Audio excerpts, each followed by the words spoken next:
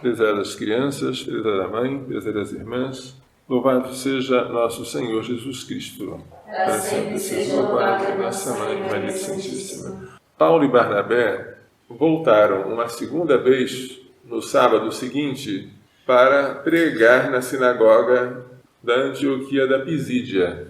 Mas desta vez, quando toda a cidade estava reunida na sinagoga, os judeus se opuseram à pregação de Paulo e Barnabé com blasfêmias e inveja. Então, o que foi que eles disseram com grande coragem? Era nosso dever anunciar a palavra de Deus primeiro a vós. Os judeus são os primeiros destinatários da salvação, desde a época de Abraão. E a salvação vem dos judeus. Jesus é judeu. Mas como a rejeitais e vos considerais indignos da vida eterna, sabei que vamos nos dirigir aos gentios, aos não-judeus, naquele caso, aos gregos. Porque esta é a ordem que o Senhor nos deu. Aqui vem uma citação do profeta Isaías, do segundo canto do servo do Senhor. E eu te coloquei como luz para as nações, para que leves a salvação até os confins da terra. Paulo e Barnabé consideram-se instrumentos de Jesus na sua missão de trazer a luz e a salvação para toda a terra, e não apenas para os judeus. Quando os gentios ouviram isso, glorificaram a palavra de Deus. Ficaram muito contentes, abraçaram a fé. Mas a perseguição continuou, a ponto que os dois missionários, Paulo e Barnabé, foram expulsos da cidade de Antioquia da Pisídia e tiveram que refugiar-se em Icônio. O Evangelho traz hoje nosso Senhor, dizendo: se vós me conheceis, conheceis também o meu Pai.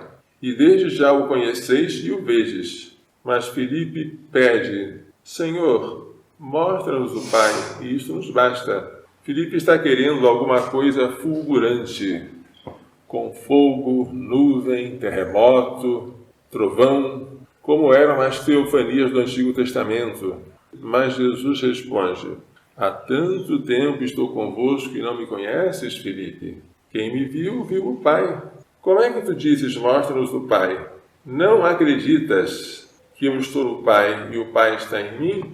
Acreditas quer dizer que a presença de Jesus no Pai e a presença do Pai em Jesus é objeto de fé. Portanto, Filipe engana-se ao querer uma manifestação fulgurante do Pai. Ele deve crer no Pai. As palavras que eu digo, não as digo por mim mesmo, mas é o meu Pai que, permanecendo em mim, realiza estas obras. Crede-me, eu estou no Pai e o Pai está em mim. Crede ao menos por causa destas obras.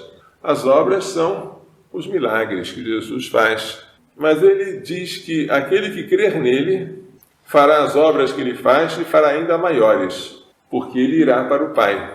E de junto do Pai ele enviará o Espírito Santo. E com o Espírito Santo o poder de fazer milagres. Quem lê os Atos dos Apóstolos e os milagres feitos por Pedro e depois por Paulo, percebe como esta afirmação é verdadeira. Os apóstolos não ficaram em nada a dever aos milagres que Jesus fez na terra. Eles perdoavam pecados, ressuscitavam mortos, expulsavam demônios, curavam doentes. Tudo o que Jesus fez, eles faziam. E podemos até dizer que alguns deles fizeram mais do que Jesus. Mas é preciso crer. Se nós não crermos em Jesus e no Pai, não acreditaremos na sua igreja, nem no Espírito Santo que Jesus prometeu infundir sobre ela.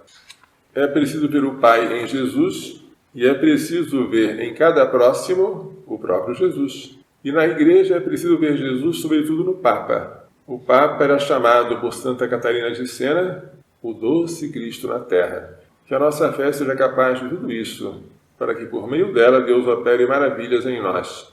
Que Maria Santíssima e São José nos façam entender e praticar as lições desta liturgia.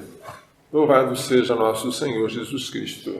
Para sempre seja louvado, nossa Mãe Maria Santíssima.